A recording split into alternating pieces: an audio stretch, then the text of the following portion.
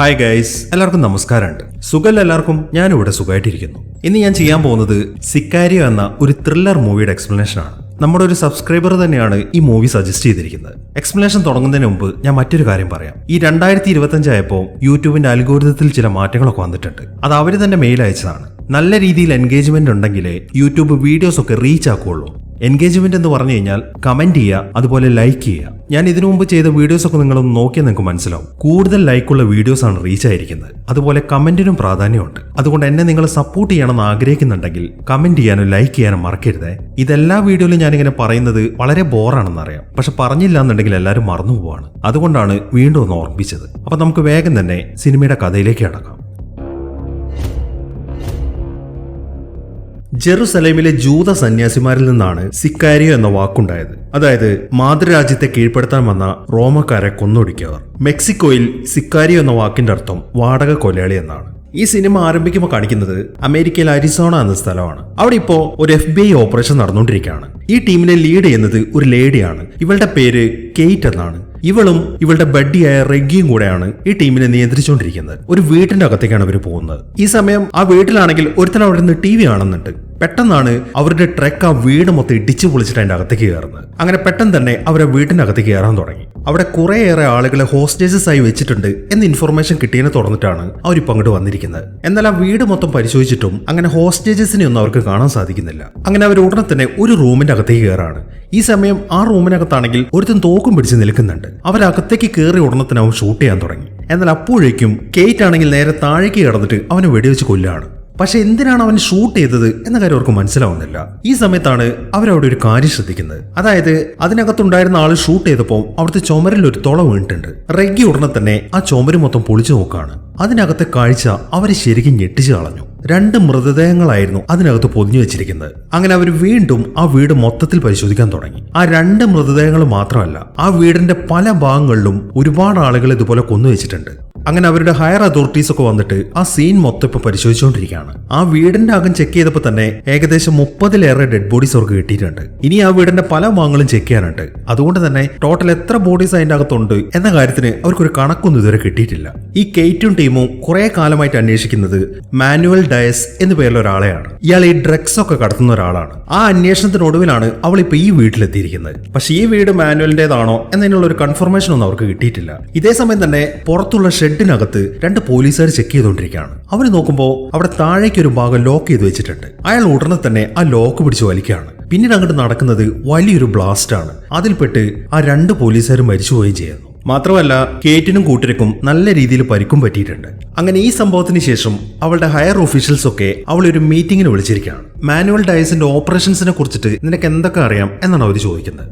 അത് കേൾക്കുമ്പോൾ അയാളുടെ കമ്പനി സൺ ഒയാസിസിന്റെ പേരിൽ 80-ലധികം നിയമപരമായിട്ട് പിടിച്ചെടുത്ത പ്രോപ്പർട്ടികളുണ്ട്. വേറെയും ലീഗലായിട്ടുള്ള പല ബിസിനസ്സുകളും അയാൾക്കുണ്ട്. പക്ഷെ അയാൾക്ക് ഏതോ ഒരു മെക്സിക്കൻ കാർട്ടലുമായി പങ്കുണ്ടെന്നാണ് പറയപ്പെടുന്നത്. എന്നിങ്ങനെയുള്ള കാര്യങ്ങളൊക്കെയാണ് അവൾ പറയുന്നത്. അതെല്ലാം കേട്ട് കഴിയുമ്പോൾ അപ്പൊ അവൾക്ക് ആളെക്കുറിച്ച് വേണ്ടത്ര ധാരണകളുണ്ട് എന്ന കാര്യം അവർക്ക് മനസ്സിലായി. ഈ മീറ്റിംഗ് നടത്തുന്നതിൽ CIA ഒരു ഏജന്റും ഉണ്ട്. ഇവന്റെ പേര് മാറ്റ് എന്നാണ്. ഇവന്റെ ഈ CIA ഏജൻസിയും വേറെ ചില ഏജൻസികളും ചേർന്ന് ആ മാനുവൽ ഡയസിനെ പിടിക്കാൻ വേണ്ടി ഒരു പ്ലാൻ ഇട്ടിട്ടുണ്ട്. ആ ഒരു ടീമിലേക്ക് ഈ കെയ്റ്റിനെ ഇപ്പൊ ചേർക്കാണ്. പക്ഷെ കെയ്റ്റിനെ മാത്രമേ ഉള്ളൂ. വേണ്ടത്ര എക്സ്പീരിയൻസ് ഇല്ലാത്തതുകൊണ്ട് അവളുടെ ബഡ്ഡിയായ റെഗി അവർ കൂട്ടുന്നില്ല. ഇനി കാണിക്കുന്നത് ഒരു മൊട്ടത്തലേനെയാണ്. ഇയാളുടെ പേര് സിൽവിയ എന്നാണ്. മെക്സിക്കോയിലെ ഒരു പോലീസ് ഓഫീസറാണ് ഇയാള്. ഇയാളുടെ മകനും അയാളുടെ ഭാര്യയുമായിട്ടാണ് ജീവിക്കുന്നത്. ഈ സിൽവിയയുടെ മകന് ഫുട്ബോൾ കളി എന്ന് പറഞ്ഞു കഴിഞ്ഞാൽ ഭയങ്കര ഇഷ്ടമാണ്. അതുകൊണ്ട് എല്ലാ ദിവസവും അച്ഛനെ ഇങ്ങനെ ഫുട്ബോൾ കളിക്കാൻ വിളിച്ചോണ്ട് പോകാറുണ്ട്. ഇന്നത്തെ ദിവസവും ഫുട്ബോൾ കളിയുമായി ബന്ധപ്പെട്ട കാര്യങ്ങളാണ് അവർ സംസാരിച്ചുകൊണ്ടിരിക്കുന്നത്. അങ്ങനെ പിറ്റേ ദിവസമായി കേറ്റ് ഇപ്പൊ മാറ്റിന്റെ അടുത്തേക്ക് വന്നിരിക്കുകയാണ്. അയാൾ അവിടെ ഒരു പ്രൈവറ്റ് ജെറ്റ് ഒക്കെ റെഡിയാക്കി വെച്ചിട്ടുണ്ട്.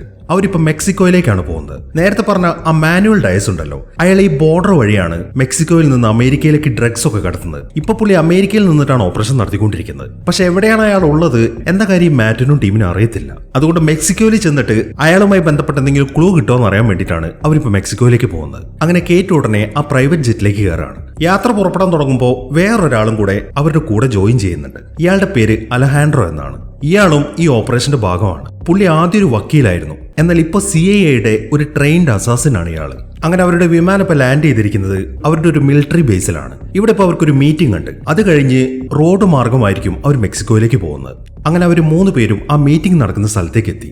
ഈ സമയമാകുമ്പോഴേക്കും മീറ്റിംഗ് അവിടെ തുടങ്ങിയിട്ടുണ്ട്. ഈ ഒരു ഓപ്പറേഷനിൽ പങ്കെടുക്കുന്ന എല്ലാ പട്ടാളക്കാരും ആ മീറ്റിംഗിൽ ആള് പറയുന്നത് ശ്രദ്ധിച്ചുകൊണ്ടിരിക്കുകയാണ്. അയാൾ പറയുന്നത് എന്താണെന്ന് വെച്ച് കഴിഞ്ഞാൽ, മെക്സിക്കൻ ഫെഡറൽ പോലീസ് നിങ്ങളെ ബോർഡറിൽ വെച്ച് കാണും. അവരായിരിക്കും നിങ്ങൾ അവിടെ നിന്ന് കൂട്ടിക്കൊണ്ടുപോകുന്നത്. നമ്മുടെ ടാർഗറ്റ് എന്ന് പറയുന്നത് കുറച്ച് ഡേഞ്ചറസ് ആയിട്ടുള്ള ഒരാളാണ്. അതുകൊണ്ട് തന്നെ ശരിക്കും പ്രശ്നങ്ങൾ ഉണ്ടാവാൻ സാധ്യതയുണ്ട്. സംഘർഷങ്ങൾ ഉണ്ടാവുകയാണെങ്കിൽ തന്നെ മിക്കവാറും അത് അതിർത്തിയിൽ വെച്ച് തന്നെ നടക്കാനാണ് സാധ്യത. അതുകൊണ്ട് എല്ലാവരും ശ്രദ്ധിച്ചു വേണം മുന്നോട്ട് പോകാൻ എന്നൊക്കെയാണ് അയാൾ ഇങ്ങനെ പറഞ്ഞുകൊണ്ടിരിക്കുന്നത്. അങ്ങനെ ആ മീറ്റിംഗിന് ശേഷം എല്ലാവരും അവിടെ നിന്ന് പിരിഞ്ഞു പോവാണ്. ഈ സമയം അലഹാൻഡ്രോ ആണെങ്കിൽ അവിടെ തന്നെ ഇരിക്കുന്നുണ്ട്. ഈ കേറ്റിനെ സംബന്ധിച്ചിട്ട് അവർക്ക് ഇതുവരെയായിട്ടും ഒരു കാര്യവും മനസ്സിലായിട്ടില്ല. ആകെ അറിയാവുന്നത് ആ മാനുവൽ ഡയസുമായി ബന്ധപ്പെട്ട കാര്യമാണ്. പക്ഷെ എങ്ങോട്ടാണ് പോകുന്നത്, എന്താണ് അവരുടെ പ്ലാൻ, എങ്ങനെയാണ് അതൊക്കെ എക്സിക്യൂട്ട് ചെയ്യാൻ പോകുന്നത് എന്നൊന്നും അവർക്ക് അറിയത്തില്ല. അങ്ങനെ കേറ്റും അലഹാൻഡ്രോ അവിടെ ഒറ്റയ്ക്കാവുമ്പോൾ കേറ്റ് കാര്യങ്ങളൊക്കെ അയാളുടെ അടുത്ത് ചോദിക്കാൻ തുടങ്ങി. ഇതിനു മുമ്പ് നിങ്ങൾ മെക്സിക്കോയിലേക്ക് പോയിട്ടുണ്ടോ എന്നാണ് അവൾ ആദ്യം ചോദിക്കുന്നത്. പോയിട്ടുണ്ട്, ഞാൻ പണ്ട് മെക്സിക്കോയിലാണ് ജോലി ചെയ്തിരുന്നത്. അവിടെ ഒരു വക്കീലായിരുന്നു ഞാൻ എന്നാണ് അയാൾ പറയുന്നത്. അത് കേൾക്കുമ്പോൾ അപ്പൊ നിങ്ങൾ അമേരിക്കക്കാരനല്ലേ? അവൾക്ക് സംശയമായി. അല്ല, ഞാൻ അമേരിക്കക്കാരനല്ല, ഞാൻ കൊളംബിയയിൽ നിന്നാണ് വന്നിരിക്കുന്നത്. ഇപ്പൊ ആരെന്ത് ജോലി എന്നോട് പറഞ്ഞാലും ഞാനത് ചെയ്യും എന്നിങ്ങനെ അവിടെ ഇവിടെയും തൊടാത്ത രീതിയിലാണ് അയാൾ ഇപ്പൊ സംസാരിച്ചുകൊണ്ടിരിക്കുന്നത്. അങ്ങനെ കുറച്ച് സമയത്തിന് ശേഷം അവരെല്ലാവരും മെക്സിക്കോയിലേക്കുള്ളവരുടെ യാത്ര പുറപ്പെടുകയാണ്. 5 വണ്ടികളിലായിട്ടാണ് അവരിപ്പോ പോകുന്നത്. അവർക്കൊരു പ്രൊട്ടക്ഷന് വേണ്ടിയിട്ട് അവിടുത്തെ പോലീസുകാരുണ്ട്. അവരിപ്പോ അങ്ങോട്ട് പോകുന്നത് ഒരാളെ പിടിക്കാൻ വേണ്ടിയിട്ടാണ്. അത് ഈ മാനുവൽ ഡയസിന്റെ ബ്രദറായ ഗിയർമോയാണ്. അവിടുത്തെ പോലീസുകാർ അവനെ ഓൾറെഡി പിടിച്ചു വെച്ചിട്ടുണ്ട്. അങ്ങനെ വേഗം തന്നെ ആ പോലീസുകാരുടെ അടുത്തേക്ക് ചെന്നിട്ട് അവർ ഗിയർമോനെയും കൂട്ടിയിട്ട് തിരിച്ചു വരാൻ തുടങ്ങി. അങ്ങനെ കുറച്ച് സമയത്തെ യാത്രയ്ക്ക് ശേഷം അവർ ബോർഡറിലെത്തി. എന്നാൽ ഇവിടെ എത്തിയപ്പോൾ അവർക്കൊരു ചെറിയ പ്രശ്നം വരുന്നുണ്ട്. ആ റൂട്ട് മൊത്തം നല്ല രീതിയിലുള്ള ട്രാഫിക് ബ്ലോക്ക് ആണ്. ആ ട്രാഫിക് ബ്ലോക്കിൽ നിന്നും അത്ര പെട്ടെന്നൊന്നും അവർക്ക് മുന്നോട്ട് പോകാൻ സാധിക്കത്തില്ല. ഈ ഒരു സ്ഥലത്താണ് അവർക്കെതിരെ അറ്റാക്ക് ഉണ്ടാവാൻ സാധ്യതയുള്ളത്. അതുകൊണ്ട് തന്നെ അവർ ആ ഏരിയ ഒക്കെ വളരെ ശ്രദ്ധയോടെ തന്നെ വീക്ഷിക്കാൻ തുടങ്ങി. ഈ സമയം അവരുടെ ബാക്കിൽ നിന്നും തുടരെ വണ്ടികൾ ഇങ്ങനെ വന്നുകൊണ്ടിരിക്കുകയാണ്. അതിലെ 2 വണ്ടികൾ അവർ വാച്ച് ചെയ്യുന്നുണ്ട്. ആ 2 വണ്ടികളിലുള്ളതും വളരെ സസ്പീഷ്യസ് ആയിട്ടുള്ള ആൾക്കാരാണ്. മാത്രമല്ല അവന്മാരുടെ കയ്യിൽ ആയുധങ്ങളുണ്ട്. എപ്പോൾ വേണമെങ്കിലും ഒരു സംഘർഷം ഉണ്ടാവാൻ സാധ്യതയുണ്ട്. അതുകൊണ്ട് തന്നെ മാറ്റും ടീമും റെഡി ആയിട്ടിരിക്കുകയാണ്. ഈ സമയത്താണ് അതിലെ ചുവന്ന വണ്ടിയിൽ ഒരുത്തൻ ഡോർ തുറക്കുന്നത്. അത് കണ്ട ഉടനെ മാറ്റിന്റെ കൂട്ടത്തിലുള്ള ആൾക്കാരൊക്കെ വേഗം തന്നെ പുറത്തേക്ക് ഇറങ്ങാണ്. ഈ സമയത്താണ് അവൻ അവരെ ഷൂട്ട് ചെയ്യാൻ ശ്രമിക്കുന്നത്. എന്നാൽ അപ്പോഴേക്കും എല്ലാവരും ആ വണ്ടിയിലുള്ള മുഴുവൻ ആൾക്കാരെയും കൊന്നുകളയാണ്. അതിനിടയിലാണ് പുറകിലത്തെ വണ്ടിയിലിരിക്കുന്നവൻ ഡോർ തുറക്കുന്നത്. അത് കണ്ട ഉടനെ തന്നെ ആ വണ്ടിയിലുള്ള ആൾക്കാരെയും അവന്മാർ കൊന്നുകളയുന്നു. ഇതൊക്കെ കണ്ട് കെയ്റ്റ് ആണെങ്കിൽ ശരിക്കും ടെൻഷൻ അടിച്ചിരിക്കുകയാണ്. അവളും ഒരു തോക്ക് കയ്യിലെടുത്തിട്ടുണ്ട്. ഇതുപോലുള്ള സാഹചര്യങ്ങളിൽ അവൾ ആദ്യമായിട്ടാണ് എത്തിപ്പെടുന്നത്. പെട്ടെന്നാണ് അവിടെയുള്ള ഒരു പോലീസുകാരൻ തന്നെ അവൾക്ക് നേരെ ഷൂട്ട് ചെയ്യുന്നത്. അവൾ താന്നതുകൊണ്ട് ആ വെടി അവൾക്ക് കൊണ്ടിട്ടില്ല. അങ്ങനെ പെട്ടെന്ന് തന്നെ അവൾ ആ പോലീസുകാരനെ വെടിവെച്ച് വീഴ്ത്താണ്. അങ്ങനെ അവന്മാരുടെ പണിയൊക്കെ തീർത്തതിന് ശേഷം അവർ വേഗം തന്നെ അവിടെ നിന്ന് പോവാണ്. അങ്ങനെ മാറ്റും ടീമും തിരിച്ചവരുടെ മിലിറ്ററി ബേസിലേക്ക് തന്നെ എത്തി. ആ ഗിയർമോനെ അവിടെ നിന്ന് കൊണ്ടുപോയി കഴിയുമ്പോഴാണ് കേറ്റ് അങ്ങോട്ട് വന്നിട്ട് മാറ്റിന്റെ അടുത്ത് വല്ലാതെ ദേഷ്യപ്പെടുന്നത്. നിങ്ങൾ എന്ത് കളിയാണ് ഈ കളിക്കുന്നത്? എത്ര പേരെയാണ് നിങ്ങൾ കൊന്നു കളിയത്? ഇതൊക്കെ ഇല്ലീഗലായിട്ട് ചെയ്യുന്നതല്ലേ? ഈ പരിപാടിക്ക് എന്നെ കിട്ടത്തില്ല എന്നൊക്കെയാണ് അവളിങ്ങനെ പറഞ്ഞുകൊണ്ടിരിക്കുന്നത്. അതെല്ലാം കേൾക്കുമ്പോൾ ഇവിടെ ഇങ്ങനെയാണ് കേറ്റ്, നീ ആദ്യമായിട്ടായിരിക്കും ഇങ്ങനെയുള്ള സാഹചര്യങ്ങളൊക്കെ വന്നുപെടുന്നത്. അതുകൊണ്ടാണ് നിനക്കിതൊക്കെ ഉൾക്കൊള്ളാൻ ഇത്ര ബുദ്ധിമുട്ട്. ഈ ഒരു കാരണം കൊണ്ട് തന്നെയാണ് നിന്റെ ബഡ്ഡിയെ റെഗിയെ ഞങ്ങൾ ആദ്യമേ ഒഴിവാക്കിയത്. നിനക്കിപ്പോൾ ചെയ്യാനുള്ളത് ഞങ്ങൾ ഈ കാണിക്കുന്നതൊക്കെ കണ്ടുപഠിക്കുക എന്നുള്ളതാണ്. അത് നിനക്ക് നല്ലൊരു എക്സ്പീരിയൻസ് ആയിരിക്കും എന്ന് പറഞ്ഞിട്ട് അയാൾ അവിടെ നിന്ന് പോവാണ്. അങ്ങനെ മാറ്റും അലഹാൻഡ്രയും കൂടെ ആ ഗിയർമോനെ ചോദ്യം ചെയ്യാൻ തുടങ്ങി. അവർ ശരിക്കും അയാളെ ഉപദ്രവിക്കുന്നുണ്ട്. അയാൾ പറയുന്നത് എന്താണെന്ന് വെച്ച് കഴിഞ്ഞാൽ, ബോർഡറിലായിട്ട് ഒരു തുരങ്കമുണ്ട്, അതുവഴിയാണ് മാനുവൽ ഡൈസ് ആ ഡ്രഗ്സ് ഒക്കെ കടത്തുന്നത് എന്നിങ്ങനെയുള്ള വിവരങ്ങളൊക്കെയാണ് ആ ഗിയർമോ ഇപ്പോൾ പറയുന്നത്. അങ്ങനെ അന്ന് രാത്രി ആയപ്പോഴേക്കും ആ ടീമിലേക്ക് അവർ റെഗിയെ കൂടെ ഇൻവൈറ്റ് ചെയ്യുകയാണ്. അത് കേറ്റിന് ഒരു സപ്പോർട്ടിന് വേണ്ടിയിട്ടാണ്. അങ്ങനെ അവർ നേരെ പോകുന്നത് മറ്റൊരു സ്ഥലത്തേക്കാണ്. അവിടെ കുറേയേറെ ആൾക്കാരെ പിടിച്ചു വെച്ചിട്ടുണ്ട്. അവരെ ചോദ്യം ചെയ്യാൻ വേണ്ടിയിട്ടാണ് മാറ്റും അലഹാൻഡ്രയും കൂടെ ഇപ്പോൾ പോകുന്നത്. അങ്ങനെ അലഹാൻഡ്രോ വേഗം ചെന്നിട്ട് മെക്സിക്കൻ ഭാഷയിൽ തന്നെ അവരോടൊക്കെ ഇങ്ങനെ സംസാരിച്ചുകൊണ്ടിരിക്കുകയാണ്. ഇതെല്ലാം നോക്കിക്കൊണ്ട് കേറ്റും അവിടെ നിൽക്കുന്നുണ്ട്. ഇതുവരെ ആയിട്ടും എന്തിനാണ് അവരങ്ങോട്ട് വന്നത്, എന്തൊക്കെയാണ് അവർ ആ ആൾക്കാരോട് ചോദിച്ചുകൊണ്ടിരിക്കുന്നത് എന്നൊന്നും അവൾക്ക് മനസ്സിലായിട്ടില്ല. അവളാണെങ്കിൽ അത് അവരുടെ അടുത്ത് ചോദിച്ചിട്ടുമില്ല. എന്നാൽ റെഗിക്ക് ഈ സമയമാകുമ്പോഴേക്കും ശരിക്കും ബോറടിക്കാൻ തുടങ്ങി. കാരണം അവനും ഒന്നും അറിയത്തില്ലല്ലോ. അതുകൊണ്ട് തന്നെ അവൻ എന്ത് ചെയ്യുന്നു വെച്ച് കഴിഞ്ഞാൽ മാറ്റിനെയും അലഹാൻഡ്രയെയും മാറ്റി നിർത്തി കാര്യങ്ങളൊക്കെ ചോദിക്കാൻ തുടങ്ങി. ഞങ്ങളിപ്പോൾ കഥ അറിയാതെയാണ് ആട്ടം കണ്ടുകൊണ്ടിരിക്കുന്നത്. ഇനി ഞങ്ങൾ നിങ്ങളുടെ കൂടെ നിൽക്കണമെന്നുണ്ടെങ്കിൽ എന്താണ് നിങ്ങൾ ചെയ്യാൻ പോകുന്നത് എന്നതിനെ കുറിച്ചിട്ടുള്ള മുഴുവൻ കാര്യങ്ങളും ഞങ്ങളോട് പറയണം. എങ്കിൽ മാത്രമേ ഞങ്ങൾ നിങ്ങളുടെ കൂടെ നിൽക്കത്തുള്ളൂ എന്നാണ് റെഗിയും കേറ്റും പറയുന്നത്. അതെല്ലാം കേൾക്കുമ്പോൾ മാറ്റുള്ള കാര്യങ്ങളൊക്കെ അവരുടെ അടുത്ത് പറയാൻ തുടങ്ങി. ഞങ്ങൾ ആ ഗിയർമോനെ ചോദ്യം ചെയ്തു. അയാൾ പറഞ്ഞത് ഇവിടെ ബോർഡറിലായിട്ട് ഒരു തുരങ്കമുണ്ടെന്നാണ്. അതുവഴിയാണ് അവർ ഡ്രഗ്സ് ഒക്കെ കടത്തുന്നത്. പക്ഷെ ആ തുരങ്കത്തിന്റെ എക്സാക്ട് പൊസിഷൻ ഞങ്ങൾക്ക് മനസ്സിലായിട്ടില്ല. ഇപ്പൊ ഇവിടെ പിടിച്ചിരിക്കുന്ന ആൾക്കാരൊക്കെ ഈ ബോർഡർ വഴി സഞ്ചരിക്കുന്നവരാണ്. അപ്പൊ അവരെ ചോദ്യം ചെയ്തു കഴിഞ്ഞാൽ ആ തുരങ്കം ഇരിക്കുന്ന എവിടെയാണെന്ന് ഞങ്ങൾക്ക് മനസ്സിലാക്കാൻ സാധിച്ചേക്കും. ഇതുകൂടാതെ മറ്റൊരു കാര്യം കൂടെ ഉണ്ട്. ഞങ്ങളിപ്പോ പിടിക്കാൻ ശ്രമിക്കുന്നത് ആ മാനുവൽ ഡയസിനെ മാത്രമല്ല, അയാൾക്കൊരു ബോസ് ഉണ്ട്. അവന്റെ പേര് അലാർക്കോൺ എന്നാണ്. നമ്മൾ ഇവിടുത്തെ ഈ ഡ്രഗ് ഡീൽ ചെയ്യുന്ന ആൾക്കാരൊക്കെ പിടിച്ച് കുടഞ്ഞു കഴിഞ്ഞാൽ ഉറപ്പായിട്ടും ആ കാര്യം അയാളും അറിയും. അങ്ങനെ വരുമ്പോൾ അയാൾ ആ മാനുവൽ ഡയസിനെ അയാളുടെ അടുത്തേക്ക് വിളിപ്പിക്കും. അങ്ങനെ മാനുവൽ ഡയസിനെ ഫോളോ ചെയ്തിട്ട് അവന്റെ കൂടെ തന്നെ ആ അലാർക്കോണിനെ കൂടെ പിടിക്കാനാണ് ഞങ്ങളിപ്പോ പ്ലാൻ ചെയ്യുന്നത്. ഈ അലാർക്കോൺ ഉണ്ടല്ലോ, അവൻ ആരാച്ചാർ എന്നാണ് വിളിക്കുന്നത്. എല്ലാ ദിവസവും അവൻ നേരിട്ടോ അല്ലാതെയോ ഒരുപാട് ആളുകളെ തട്ടിക്കൊണ്ടുപോയി കൊന്നൊടുക്കുന്നുണ്ട്. ശരിക്കും പറഞ്ഞു കഴിഞ്ഞാൽ അവനെ ഞങ്ങൾക്ക് കിട്ടിക്കഴിഞ്ഞാൽ അതൊരു വാക്സിൻ കണ്ടുപിടിച്ചതുപോലെയാണ്. ഇവിടുത്തെ ഒരുപാട് ആളുകൾ മരിക്കാതിരിക്കാനുള്ള ഒരു വാക്സിൻ കണ്ടുപിടിച്ചതുപോലെ. അതുകൊണ്ട് ഞങ്ങൾക്ക് അവനെ കണ്ടെത്തിയേ പറ്റൂ എന്നൊക്കെയാണ് മാറ്റ് ഇങ്ങനെ പറയുന്നത്. അപ്പൊ കാര്യങ്ങളൊക്കെ കേറ്റിനും റെഗിക്കും മനസ്സിലായി. അതുകൊണ്ട് തന്നെ അവരവരുടെ കൂടെ നിൽക്കാമെന്ന് സമ്മതിക്കുകയും ചെയ്യുന്നു. അങ്ങനെ പിറ്റേ ദിവസമായി റെഗിയും കേറ്റും കൂടെ ഇപ്പൊ മാറ്റിന്റെ അടുത്തേക്ക് ചെന്നിരിക്കുകയാണ്. മാത്യു അലഹാൻഡ്രോയും അവിടുത്തെ ഒരു റൂമിൽ ചില ആളുകളുടെ അടുത്ത് കാര്യങ്ങളൊക്കെ ചോദിച്ചുകൊണ്ടിരിക്കുകയാണ്. അവരിപ്പം അവിടുത്തെ ഒരു മാപ്പ് കാണിച്ചിട്ട് ആ തുരങ്കം എവിടെയാണ് ഇരിക്കുന്നത് എന്ന കാര്യങ്ങളൊക്കെയാണ് കാണിച്ചു കൊടുക്കുന്നത്. ഇനിയിപ്പോൾ അവർക്ക് വേണ്ടത് ആ മാനുവൽ ഡയസിനാണ്. അയാൾ എവിടെയാണുള്ളത് എന്ന് കണ്ടുപിടിക്കാനാണ് അവരിപ്പോൾ ശ്രമിക്കുന്നത്. ഒരു ബെൻസ് കാറിലാണ് അയാൾ സഞ്ചരിക്കുന്നത്. സിറ്റിയിലൂടെ അയാൾ നടക്കുന്ന കുറെ ഫോട്ടോസ് ഒക്കെ അവർ സംഘടിപ്പിച്ചിട്ടുണ്ട്. അടുത്തതായിട്ട് അവരവരുടെ ഒരു വാനുമായിട്ട് നേരെ പോകുന്നത് ഒരു ബാങ്കിന്റെ മുമ്പിലേക്കാണ്. എന്നിട്ട് ആ ബാങ്കിലെ CCTV വഴി അതിനകത്ത് നടക്കുന്ന കാര്യങ്ങളൊക്കെ ചെക്ക് ചെയ്യാൻ തുടങ്ങി. ആ ബാങ്കിൽ നിൽക്കുന്ന ഒരു സ്ത്രീയെ അവർ സ്പോട്ട് ചെയ്തിട്ടുണ്ട്. ഇവൾ ഈ മാനുവലിന്റെ ടീമിൽ വർക്ക് ചെയ്യുന്നതാണ്. അങ്ങനെ ആ സ്ത്രീ ബാങ്കിൽ നിന്ന് പുറത്തേക്ക് ഇറങ്ങിയ ഉടനെ തന്നെ മാറ്റിന്റെ നിർദ്ദേശപ്രകാരം അയാളുടെ ആൾക്കാരൊക്കെ വേഗം ചെന്നിട്ട് അവളെ പിടിക്കുകയാണ്. അവളെ അവർ പിടിച്ച ഉടനെ തന്നെ കേറ്റും വേഗം വണ്ടിയിൽ നിന്ന് ഇറങ്ങിയിട്ട് പുറത്തേക്ക് പോവാണ്. അവരവളുടെ ബാഗ് പരിശോധിക്കുമ്പോൾ കുറെ പൈസയാണ് അതിനകത്തുണ്ടായിരുന്നത്. ഇത് മണി ലോണ്ടറിംഗ് ആണ്. അങ്ങനെ പൈസയൊക്കെ പാക്ക് ചെയ്യാൻ പറഞ്ഞതിന് ശേഷം കേറ്റ് നേരെ പോകുന്നത് മാറ്റിന്റെ അടുത്തേക്കാണ്. അവൾ പറയുന്നത് എന്താണെന്ന് വെച്ച് കഴിഞ്ഞാൽ ഇതങ്ങനെ വെറുതെ വിടാൻ പറ്റത്തില്ല, ഇത് മണി ലോണ്ടറിംഗ് ആണ്, നമുക്ക് അവൾക്കെതിരെ കേസ് എടുത്തേ പറ്റൂ, അതുകൊണ്ട് ഞാൻ ബാങ്കിലേക്ക് പോവാ, നിങ്ങളും വരണം എന്നാണ് അവള് പറയുന്നത്. അത് കേൾക്കുമ്പോൾ ദയവ് ചെയ്ത് നീ ബാങ്കിലേക്ക് ഇപ്പോൾ പോകരുത്, അത് നിനക്ക് പിന്നീട് പണിയാവും എന്നാണ് അയാൾ പറയുന്നത്. എന്നാൽ അതൊന്നും കേൾക്കാതെ കേറ്റ് വേഗം തന്നെ ബാങ്കിലേക്ക് പോവാണ്. അവളുടെ അക്കൗണ്ട് ഉടനെ തന്നെ ഫ്രീസ് ചെയ്യണം എന്ന് പറയാനാണ് കേറ്റ് അങ്ങോട്ട് ചെന്നിരിക്കുന്നത്. എന്നാൽ അവൾ അക്കൗണ്ട് ഡീറ്റെയിൽസ് ഒക്കെ ചെക്ക് ചെയ്യുമ്പോൾ അവർക്ക് മനസ്സിലാക്കാൻ കഴിയുന്നത് അവൾ അവിടെ നിന്ന് ലോൺ എടുത്തിട്ടുണ്ട്. ആ ലോണിന്റെ തിരിച്ചടവാണ് അവൾ നടത്തിക്കൊണ്ടിരിക്കുന്നത്. അതായത് ഡെയിലി $9,000 വെച്ചിട്ട്. ഇത് പലിശ ഇനത്തിൽ പെടുന്ന പൈസ ആയതുകൊണ്ട് തന്നെ അതിന്റെ കണക്കൊന്നും ഒരു സേവിങ്സ് ആയിട്ട് കാണിക്കത്തില്ല. അതുകൊണ്ട് തന്നെ ആ അക്കൗണ്ട് ഫ്രീസ് ചെയ്യാൻ സാധിക്കത്തില്ല എന്നാണ് ബാങ്കിലെ ആൾക്കാർ പറയുന്നത്. ഇതേസമയം തന്നെ മാനുവൽ ഡയസും ഈ കാര്യങ്ങളൊക്കെ അറിഞ്ഞിട്ടുണ്ട്. അയാളാണെങ്കിൽ ശരിക്കും ദേഷ്യത്തിലിരിക്കുകയാണ്. പുള്ളി ഇപ്പൊ ഈ കയ്യിൽ ഇങ്ങനെ കറക്കിക്കൊണ്ടിരിക്കുന്നത് ആ പൈസയിൽ ചുറ്റുന്ന ഒരു ബാൻഡാണ്. അങ്ങനെ അവിടുത്തെ അന്വേഷണങ്ങളും കാര്യങ്ങളൊക്കെ കഴിയുമ്പോഴേക്കും കേറ്റ് ആണെങ്കിൽ ശരിക്കും തളർന്നിട്ടുണ്ട്. അതുകൊണ്ട് തന്നെ അവള് റെഗിയെയും കൂട്ടി നേരെ ഒരു ബാറിലേക്കാണ് പോകുന്നത്. അങ്ങനെ ബാറിലിരുന്നിട്ട് 2 ബിയറൊക്കെ അടിച്ചുകൊണ്ടിരിക്കുമ്പോഴാണ് ടെഡ് എന്ന് പറയുന്നൊരു പോലീസുകാരനോട്ട് വരുന്നത്. ഈ റെഗിയുടെ ഒരു ഫ്രണ്ടാണ് ഈ ടെഡ്. അങ്ങനെ അവരിപ്പോ ഒരുമിച്ചിരുന്ന് ഭക്ഷണം കഴിക്കാൻ തുടങ്ങി. ഈ ടെഡിന്റെ സംസാരത്തിൽ കേറ്റിന് അവനെ ശരിക്കും ഇഷ്ടപ്പെട്ടിട്ടുണ്ട്. അവളാണെങ്കിൽ ഓൾറെഡി ഡിവോഴ്സ്ഡ് ആണ്. പിന്നീട് ഇതുവരെയായിട്ടും അവൾ ഒരു റിലേഷനിലായിട്ടില്ല. എന്നാൽ ടെഡിനെ പരിചയപ്പെട്ട അന്ന് തന്നെ അവൻ അവളുമായിട്ട് ഒരു റിലേഷനിലാവുകയാണ്. അങ്ങനെ ബാറിലെ എൻജോയ്മെന്റ് ഒക്കെ കഴിഞ്ഞതിന് ശേഷം അവൾ ടെഡിനെയും വിളിച്ചുകൊണ്ട് പോകുന്നത് അവളുടെ വീട്ടിലേക്കാണ്. അതിനുശേഷം അവരവിടെ ഇരുന്നിട്ട് സ്നേഹിക്കാൻ തുടങ്ങി. അതിനിടയിൽ ടെഡ് അവന്റെ പോക്കറ്റിൽ നിന്നും അവന്റെ വണ്ടിയുടെ കീ എടുത്തിട്ട് അവിടുത്തെ ടേബിളിലേക്ക് വെക്കുന്നുണ്ട്. ആ കൂട്ടത്തിൽ ആ പൈസയിൽ ചുറ്റുന്ന ബാൻഡും ഉണ്ടായിരുന്നു. ആ ബാൻഡ് കണ്ടപ്പോൾ തന്നെ ഈ ടെഡും മാനുവൽ ഡയസിന്റെ ആളാണ് എന്ന കാര്യമൊക്കെ മനസ്സിലായി. അതുകൊണ്ട് തന്നെ അവൾ വേഗം തന്നെ അവിടെ നിന്ന് എഴുന്നേറ്റ് പോവാണ്.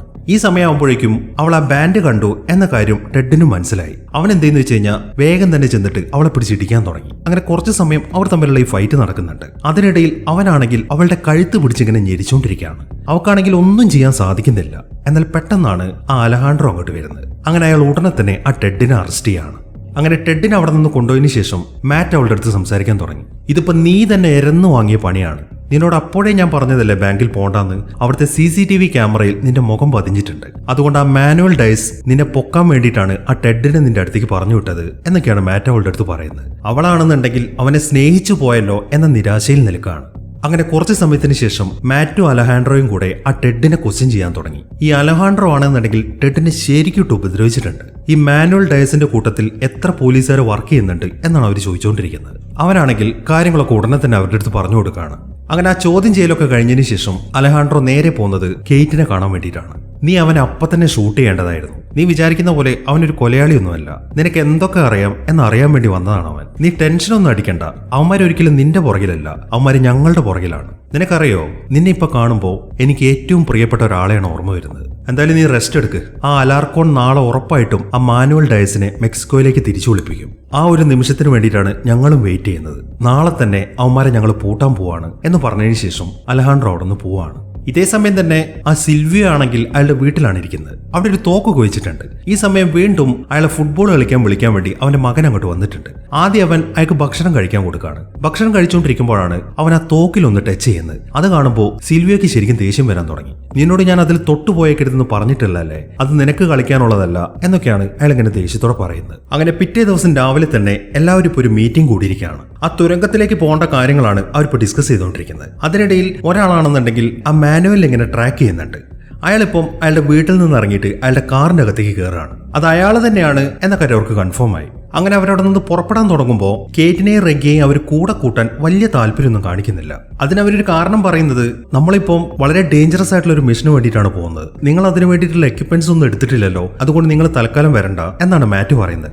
അത് കേൾക്കുമ്പോൾ ഞങ്ങൾ സാധനങ്ങളൊന്നും കൊണ്ടുവന്നിട്ടില്ല നിങ്ങളോട് ആര് പറഞ്ഞു, ഞങ്ങൾക്ക് വേണ്ട സാധനങ്ങളൊക്കെ ഞങ്ങളുടെ വണ്ടിക്കകത്തിട്ട് ഞങ്ങൾ എന്തായാലും വരുന്നുണ്ട് എന്നാണ് കേറ്റ് പറയുന്നത്. ഓ, അപ്പൊ നിങ്ങൾ വരുന്നുണ്ടെന്ന് തീരുമാനമാക്കിയോ? അങ്ങനെയാണെങ്കിൽ നിങ്ങളൊരു കാര്യം ചെയ്യും, നമ്മുടെ ടീമിന്റെ പുറകെ സഞ്ചരിച്ചാൽ മതി. അവിടെ നിന്ന് വല്ല മയക്കുമരുന്നോ അങ്ങനെ എന്തെങ്കിലും കാര്യങ്ങളൊക്കെ കിട്ടുകയാണെങ്കിൽ നിങ്ങൾ അത് കളക്ട് ചെയ്തോ, അല്ലാതെ ഈ മിഷനിൽ നിങ്ങൾ ഇൻവോൾവ് ചെയ്യണ്ട എന്നാണ് മാറ്റ് വീണ്ടും പറയുന്നത്.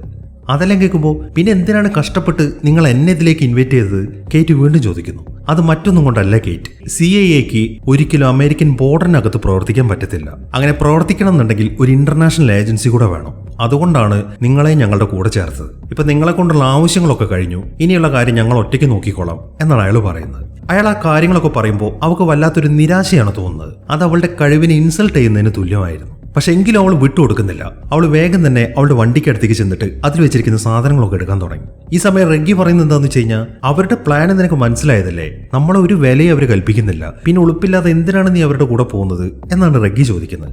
അത് കേൾക്കുമ്പോൾ എനിക്ക് പോയേ പറ്റൂ, നീ വരുന്നുണ്ടെങ്കിൽ എൻ്റെ കൂടെ വാ, എന്താണ് അവർ ചെയ്യാൻ പോകുന്നത് എന്ന കാര്യം എനിക്ക് അറിയണം എന്നൊക്കെയാണ് അവൾ പറയുന്നത്. ഇതേ സമയം തന്നെ ആ മാനുവൽ ഡൈസിന്റെ ഒരാളിപ്പോ ആ ഡ്രഗ്സ് ഒക്കെ ഒരു പോലീസ് കാറിലേക്ക് കയറ്റിക്കൊണ്ടിരിക്കുകയാണ്. ആ കാറിന്റെ ഡ്രൈവർ നമ്മൾ നേരത്തെ കണ്ട ആ സിൽവിയോ ആയിരുന്നു. അങ്ങനെ ആ ഡ്രഗൊക്കെ കയറ്റിയതിനു ശേഷം സിൽവിയോ ആണെങ്കിൽ ആ വണ്ടി എടുത്തിട്ട് അവിടെ നിന്ന് പോവാണ്. അങ്ങനെ സമയം രാത്രിയാകുമ്പോൾ മാറ്റും ടീമും ആ തുരങ്കത്തിന്റെ അടുത്തേക്ക് എത്തി. അങ്ങനെ എല്ലാവരും അവരുടെ എക്യുപ്മെന്റ്സും കാര്യങ്ങളൊക്കെ സെറ്റ് ചെയ്തിട്ട് ആ തുരങ്കത്തിനകത്തേക്ക് കയറാണ്. നൈറ്റ് വിഷൻ സെൻസർ ഉപയോഗിച്ചിട്ടാണ് അവരിപ്പോൾ മുന്നോട്ട് പോകുന്നത്. ആ നടക്കുന്ന വഴിയിൽ കുറെ ആൾക്കാരൊക്കെ മരിച്ചു കിടക്കുന്നവർ കാണുന്നുണ്ട്. അങ്ങനെ അവർ ആ തുരങ്കത്തിന്റെ അകത്തെത്തിയതിനു ശേഷം പിന്നീട് അവിടെ നടക്കുന്നത് ഒരു കിടിലൻ ഷൂട്ടൌട്ട് ആണ്. ആ മാനുവൽ ഡൈസിന്റെ കുറെ ആളുകളെ ഈ മാറ്റും ടീമും കൊന്നു കളയുന്നുണ്ട്.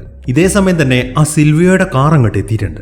അയാളിപ്പോൾ അയാളുടെ വണ്ടിയിൽ നിന്നും ആ ഡ്രഗ്സ് ഒക്കെ എടുത്ത് പുറത്തേക്ക് വെക്കുകയാണ്. അതിനിടയിൽ ആ തുരങ്കത്തിനകത്ത് നിന്നും വെടിശബ്ദം കേൾക്കുന്നൊക്കെ അവർ ശ്രദ്ധിക്കുന്നുണ്ട്. അതുകൊണ്ട് തന്നെ വളരെ വേഗത്തിലാണ് ആ പാക്കറ്റുകളൊക്കെ അവർ താഴേക്ക് വെക്കുന്നത്. എന്നാൽ ഈ സമയത്താണ് അലഹാൻഡ്രോ അങ്ങോട്ട് വരുന്നത്. അയാൾ വന്ന ഉടനെ തന്നെ ആ സിൽവിയോനെ പിടിക്കുകയാണ്. എന്നാൽ പെട്ടെന്നാണ് കെയ്റ്റ് അങ്ങോട്ട് വരുന്നത്. അവളിപ്പം അലഹാൻഡ്രോയ്ക്ക് നേരെയാണ് തൂക്കിക്കൊണ്ടുന്നത്. മര്യാദയ്ക്ക് ആ പോലീസുകാരനെ വിട്ടോ, അല്ലാന്നുണ്ടെങ്കിൽ ഞാൻ ഷൂട്ട് ചെയ്യും എന്നാണ് അവള് പറയുന്നത്. എന്നാൽ അത് കേട്ട ഉടനെ തന്നെ അലഹാൻഡ്രോ ആണെങ്കിൽ അവൾക്ക് നേരെ ഷൂട്ട് ചെയ്യാണ്. അതോടൊപ്പം തന്നെ അവൾ താഴേക്ക് വീഴുകയും ചെയ്യുന്നു. പക്ഷെ അവൾക്ക് വലിയ അപകടമൊന്നും പറ്റിയിട്ടില്ല. അവൾ ധരിച്ചിരിക്കുന്ന ആർമറിനാണ് വെടിയേറ്റിരിക്കുന്നത്. അങ്ങനെ അവളെ വീഴ്ത്തിയതിനു ശേഷം അയാൾ സംസാരിക്കാൻ തുടങ്ങി. ഇനി മേലാൽ എന്റെ നേരെ തോക്ക് ചൂണ്ടിയേക്കരുത് എന്ന് പറഞ്ഞിട്ട് അയാൾ ആ സിൽവിയോനെയും കൂട്ടി അവന്റെ കാറിൽ അവിടെ നിന്ന് പോവാണ്. അങ്ങനെ അലഹാൻഡ്രോയുടെ നിർദ്ദേശപ്രകാരം സിൽവിയ ഇപ്പോൾ ആ മാനുവൽ ഡയസിന്റെ അടുത്തേക്കാണ് പോകുന്നത്. ഈ സമയമാകുമ്പോഴേക്കും കെയ്റ്റ് ആണെങ്കിൽ തിരിച്ച് മാറ്റിന്റെ അടുത്ത് എത്തിയിട്ടുണ്ട്. അവൾ നല്ല ദേഷ്യത്തിലാണ് അങ്ങോട്ട് ചെന്നിരിക്കുന്നത്. ചെന്ന ഉടനെ തന്നെ അവൾ മാറ്റിന് ഒറ്റ ഇടി കൊടുക്കുകയാണ്. എന്നാൽ അയാളും വിട്ടുകൊടുക്കുന്നില്ല. അയാളും തിരിച്ച് അവളെ ഇടിക്കാൻ തുടങ്ങി. അങ്ങനെ പെട്ടെന്ന് തന്നെ അയാൾ അവളെ കീഴ്പ്പെടുത്തുന്നു. അതിനുശേഷം അവളുടെ അടുത്ത് സംസാരിക്കാൻ തുടങ്ങി. എനിക്കറിയാം ഇപ്പൊ നിനക്ക് കാര്യങ്ങൾ മൊത്തത്തിൽ മനസ്സിലായെന്ന്. നീ കാണാൻ പാടില്ലാത്തതാണ് കണ്ടത്. നിനക്കറിയോ, ഒരു കാലത്ത് ഇവിടുത്തെ ഈ ഡ്രഗ്സിന്റെ ഡീലിങ്സ് ഒക്കെ ഒരു മാഫിയ മാത്രമാണ് നിയന്ത്രിച്ചിരുന്നത്. അന്നൊക്കെ അവരെ കുറച്ചെങ്കിലും കൺട്രോൾ ചെയ്യാൻ നമ്മളെ കൊണ്ട് സാധിക്കുമായിരുന്നു. നമ്മുടെ ഒരു 20% ആളുകളെങ്കിലും ഈ സാധനം വലിക്കുന്നത് നിർത്തിയിട്ടില്ല എന്നുണ്ടെങ്കിൽ വളരെ ചെറിയൊരു നിയന്ത്രണം വെക്കാൻ മാത്രമേ നമ്മളെ കൊണ്ട് സാധിക്കത്തുള്ളൂ. നീ അവിടെ കണ്ടത് അലഹാൻഡ്രോ ആ നിയന്ത്രണം കൊണ്ടുവരാൻ ശ്രമിക്കുന്നതാണ്. നിനക്കറിയോ, ഈ അലഹാൻഡ്രോ എന്ന് പറയുന്നത് കൊളംബിയൻ സംഘത്തിന്റെ ആളാണ്. പക്ഷെ അവനിപ്പം ആർക്കു വേണ്ടിയും ജോലി ചെയ്യും. അവനെ അവനാക്കിയ ആർക്കു വേണ്ടിയും. ഞങ്ങൾ CIA-ക്കാരാണ് അവനിപ്പോ ട്രെയിൻ ചെയ്തെടുത്തിരിക്കുന്നത്. അതുകൊണ്ട് അവനിപ്പോ ഞങ്ങളുടെ കൂടെയാണ് വർക്ക് ചെയ്യുന്നത്. നമ്മൾ ഈ അന്വേഷിക്കുന്ന ആ അലാർക്കോൺ ഉണ്ടല്ലോ, അയാളാണ് ഈ അലഹാൻഡ്രോയുടെ ഭാര്യയെ കൊന്നു കളഞ്ഞത്. മാത്രമല്ല അവന്റെ മകളെ ആസിഡിൽ മുക്കിയിട്ടാണ് അയാൾ കൊന്നു കളഞ്ഞത്. അങ്ങനെയുള്ള ആ അലാർക്കോണിനെ കൊല്ലാൻ വേണ്ടി ഞങ്ങൾ തന്നെ അലഹാൻഡ്രോയ്ക്ക് ഒരു അവസരം ഉണ്ടാക്കി കൊടുത്തിരിക്കുകയാണ്. ആ കാര്യങ്ങളൊക്കെയാണ് ഇപ്പൊ ഇവിടെ നടക്കുന്നത് എന്നൊക്കെയാണ് മാറ്റ് ഇങ്ങനെ പറയുന്നത്. അതെല്ലാം കേൾക്കുമ്പോൾ നിങ്ങൾ ഈ ചെയ്യുന്നതൊക്കെ നിയമപരമായിട്ടുള്ള കാര്യങ്ങളല്ല. ഒരു കാര്യം ഞാൻ ഇപ്പോഴേ പറഞ്ഞേക്കാം, ഇതെല്ലാം പുറത്തു പറയരുത് എന്ന് നിങ്ങൾ ഒരിക്കലും എന്നോട് പറയരുത്. ഞാൻ എന്തായാലും ഇതെല്ലാം പറയാൻ പോവാണ് എന്നാണ് കേറ്റ് പറയുന്നത്. ഇല്ല കേറ്റ്, നീ ഒരിക്കലും ഇത് ആരോടും പറയാൻ പോകുന്നില്ല.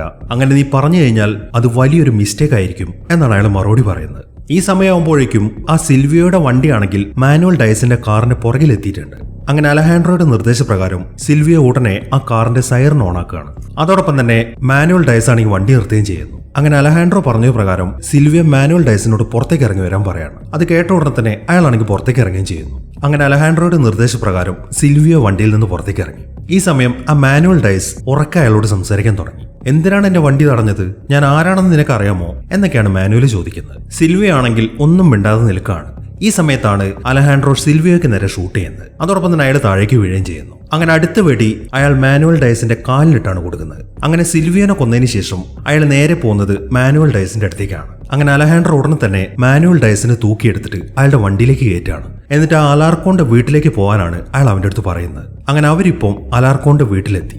ഈ സമയം അവിടെ ഒരു സെക്യൂരിറ്റി നിൽക്കുന്നുണ്ട്. അയാൾ ആ മാനുവൽ ഡയസിന്റെ അടുത്തേക്ക് വരുമ്പോൾ തന്നെ അലഹാൻഡ്രോ അയാളെയും വെടിവെച്ച് കൊല്ലുകയാണ്. അങ്ങനെ അലാർക്കോന്റെ വീട്ടിന്റെ അകത്തേക്ക് കയറാനുള്ള ഗേറ്റിന്റെ അടുത്തെത്തുമ്പോഴാണ് 3 കാവൽക്കാർ അങ്ങോട്ട് വരുന്നത്. അവര് നോക്കുമ്പോൾ ആ മാനുവൽ ഡയസിന് വെടിയേറ്റിട്ട് അയാൾ ആ വണ്ടിയിലിരിക്കുന്നതാണ് കാണുന്നത്. അതൊക്കെ ചെക്ക് ചെയ്യുമ്പോഴാണ് പെട്ടെന്ന് അലഹാൻഡ്രോ അങ്ങോട്ട് വന്നിട്ട് ആ 3 പേരെയും വെടിവെച്ച് കൊല്ലുന്നത്. അങ്ങനെ മൊത്തത്തിൽ എല്ലാവരെയും കൊന്നു കളഞ്ഞിട്ട് അലഹാൻഡ്രോ ആ വീടിന്റെ അകത്തേക്ക് കയറി. പിന്നെ ആൾക്കാർ അങ്ങോട്ട് വരുന്നുണ്ട്. അവരെയൊക്കെ അലഹാൻഡ്രോ ഷൂട്ട് ചെയ്ത് വീഴ്ത്താണ്. ഈ സമയം അയാൾ നോക്കുമ്പോൾ ആ അലാർക്കോണും അയാളുടെ ഫാമിലി ഇരുന്നിട്ട് ഭക്ഷണം കഴിച്ചുകൊണ്ടിരിക്കുകയാണ്. അയാൾ നേരെ ആ ഭക്ഷണം കഴിക്കുന്ന സ്ഥലത്തേക്കാണ് പോകുന്നത്. പെട്ടെന്ന് അലഹാൻഡ്രോ അങ്ങോട്ട് വന്നു കാണുമ്പോൾ അലാർക്കോണും ടെൻഷനായി. അങ്ങനെ അലഹാൻഡ്രോ അവിടുത്തെ ചെയറിൽ ഇരുന്നിട്ട് അയാളുടെ അടുത്ത് സംസാരിക്കാൻ തുടങ്ങി. ഓരോ രാത്രിയിലും നീ കാരണം എത്ര പേരാണ് മരിക്കുന്നത് എന്നതിനെ കുറിച്ച് നിനക്ക് വല്ല നിശ്ചയമുണ്ടോ? എന്നിട്ട് ഒന്നും അറിയാത്തവനെ പോലെ നീ ഇവിടെ സുഖമായിട്ടിരുന്നൊരു ഭക്ഷണം കഴിക്കുന്നു. നീ ഓർക്കുന്നുണ്ടോ എന്റെ ഭാര്യയും മകളെയും കൊന്നു കളഞ്ഞത് എന്നൊക്കെയാണ് അലഹാൻഡ്രോ ചോദിക്കുന്നത്. അപ്പോൾ അവൻ തന്നെ കൊല്ലാനാണ് വന്നിരിക്കുന്നത് എന്ന കാര്യം ആ അലാർക്കോണ് മനസ്സിലായി. അയാൾ പറയുന്നത്, എനിക്കറിയാം നീ എന്നെ കൊല്ലാൻ വന്നാണെന്ന്, പക്ഷെ എന്റെ കുട്ടികളുടെ മുന്നിൽ വെച്ചിട്ട് അത് ചെയ്യരുത് എന്നാണ് അലാർക്കോൺ പറയുന്നത്. അയാളത് പറഞ്ഞു തീർന്ന ഉടനെ തന്നെ അലഹാൻഡ്രോ ആണെങ്കിൽ ആ 2 കുട്ടികളെയും അയാളുടെ ഭാര്യയും വെടിവെച്ച് കൊല്ലാണ്. അതൊക്കെ കണ്ട് ആകെ ഞെട്ടിയിരിക്കുമ്പോഴാണ് അലഹാൻഡ്രോ ആ അലാർക്കോണിനെയും കൊന്നുകളയുന്നത്. അങ്ങനെ എല്ലാവരെയും കൊന്നതിന് ശേഷം അയാൾ അവിടെ നിന്ന് പോവാണ്. അങ്ങനെ പിറ്റേ ദിവസം രാവിലെ തന്നെ ഈ അലഹാൻഡ്രോ നേരെ പോകുന്നത് കേറ്റിനെ കാണാൻ വേണ്ടിയിട്ടാണ്. അയാൾ ഒരു തോക്കും പിടിച്ചിട്ടുണ്ട്. അങ്ങനെ അയാൾ ഉടനെ തന്നെ അവളുടെ അടുത്ത് സംസാരിക്കാൻ തുടങ്ങി. ഞാൻ നേരത്തെ പറഞ്ഞില്ലേ, നിന്നെ കാണുമ്പോൾ എനിക്ക് പ്രിയപ്പെട്ട ഒരാളെയാണ് ഓർമ്മ വരുന്നതെന്ന്. അതെന്റെ മകളാണ്. ഞാനിപ്പോൾ ഇങ്ങോട്ട് വന്നിരിക്കുന്നത് നിന്റെ ഒരു സൈൻ മേടിക്കാനാണ്. നീ ഈ പേപ്പർ കണ്ടില്ലേ, ഇതിൽ നീ ഒപ്പിടണം. ഇതിൽ എഴുതിയിരിക്കുന്നത് നമ്മൾ ഈ ചെയ്ത കാര്യങ്ങളൊക്കെ നിയമപരമാണെന്നാണ്. നീയും കൂടെ ഇനി ഇതിൽ ഒപ്പിടാനുള്ളൂ എന്നാണ് അയാൾ പറയുന്നത്. എന്നാൽ അത് കേൾക്കുമ്പോൾ അവളാണെങ്കിൽ ഒപ്പിടാൻ സമ്മതിക്കുന്നില്ല. നിങ്ങൾ ചെയ്ത കാര്യങ്ങളൊന്നും നിയമപരമായിട്ടുള്ളതല്ല, അതുകൊണ്ട് ഇതെനിക്ക് ഒപ്പിടാൻ പറ്റത്തില്ല എന്നാണ് അവള് പറയുന്നത്. അതേക്കുന്ന അലഹാൻഡ്രോ ആണെങ്കിൽ അവളുടെ താടിയിൽ ആ തോക്ക് വെച്ചിട്ട് ഭീഷണിപ്പെടുത്താൻ തുടങ്ങി. ഒപ്പിട്ടിട്ടില്ല എന്നുണ്ടെങ്കിൽ നിന്നെ കൊന്നുകളയും എന്നാണ് അയാൾ പറയുന്നത്. അങ്ങനെ നിവർത്തിയില്ലാതെ അവൾ അതിൽ ഒപ്പിടാണ്. അങ്ങനെ ആ ഒപ്പൊക്കെ മേടിച്ചതിന് ശേഷം അയാൾ വീണ്ടും അവളുടെ അടുത്ത് സംസാരിക്കാൻ തുടങ്ങി. ഇനി നീ ഇവിടെ നിൽക്കണ്ട, നീ വേറെ എങ്ങോട്ടെങ്കിലും പോകാൻ നോക്ക്. നിന്നെ പോലുള്ള ഒരാൾക്ക് പറ്റിയ സ്ഥലമല്ല ഇത് ചെന്നായ്ക്കളുടെ സ്ഥലമാണ് എന്ന് പറഞ്ഞിട്ട് അയാൾ ആ വീട്ടിൽ നിന്ന് ഇറങ്ങി പുറത്തേക്ക് പോവാണ്. ഈ സമയത്താണ് അവൾ ആ തോക്കും എടുത്തിട്ട് അവളുടെ വീടിന്റെ ബാൽക്കണിയിലേക്ക് ചെല്ലുന്നത്. അതിനുശേഷം അയാൾക്ക് നേരെ ചൂണ്ടാണ്. എന്നാൽ ആ ശബ്ദം കേൾക്കുമ്പോൾ അലഹാൻഡ്രോ ആണെങ്കിൽ തിരിഞ്ഞു നോക്കുന്നു. അയാളുടെ ആ നോട്ടം കാണുമ്പോൾ അവൾക്ക് ഷൂട്ട് ചെയ്യാൻ സാധിക്കുന്നില്ല. അവൾ ആ ശ്രമം അങ്ങോട്ട് ഉപേക്ഷിക്കുകയാണ്. അങ്ങനെ അവളെ ഒന്ന് നോക്കിയതിനു ശേഷം അലഹാൻഡ്രോ അവിടെ നിന്ന് പോവുകയും ചെയ്യുന്നു. ഇനി കാണിക്കുന്നത് ആ സിൽവിയോന്റെ ഫാമിലിയാണ്. സാധാരണ അച്ഛന്റെ കൂടെയാണ് അവൻ ഫുട്ബോൾ കളിക്കാൻ പോവാറ്. എന്നാൽ അച്ഛൻ മരിച്ചതുകൊണ്ട് ഇന്ന് അവന്റെ അമ്മയാണ് അവനെയും കൊണ്ട് ഗ്രൗണ്ടിലേക്ക് പോകുന്നത്. അങ്ങനെ അവൻ അവിടെ നിന്ന് ഫുട്ബോൾ കളിച്ചുകൊണ്ടിരിക്കുമ്പോഴാണ് അങ്ങ് ദൂരെ നിന്നും ഒരു വെടിശബ്ദം കേൾക്കുന്നത്. അത് കേട്ട ഉടനെ തന്നെ എല്ലാവരും അങ്ങോട്ട് തിരിഞ്ഞു നോക്കുന്നുണ്ട്. പക്ഷെ ഈ വെടിശബ്ദം എന്ന് പറയുന്നത് അവിടെ സാധാരണ നടക്കുന്നതാണ്. അതുകൊണ്ട് തന്നെ ജസ്റ്റ് ഒന്ന് അങ്ങോട്ട് നോക്കിയതിന് ശേഷം അവർ വീണ്ടും ആ കളി തുടരുകയും ചെയ്യുന്നു. ഈ ഒരു സീനും കാണിച്ചിട്ടാണ് ഈ സിനിമ അവസാനിക്കുന്നത്. അപ്പോൾ എങ്ങനെയുണ്ടായിരുന്നു? എന്താണെങ്കിലും ഈ വീഡിയോനെ കുറിച്ചിട്ടുള്ള നിങ്ങളുടെ അഭിപ്രായങ്ങൾ എഴുതി അറിയിക്കാൻ മറക്കരുത്. അപ്പോൾ കിടിലനൊരു സിനിമയുമായിട്ട് നമുക്ക് അടുത്ത വീഡിയോയിൽ കാണാം.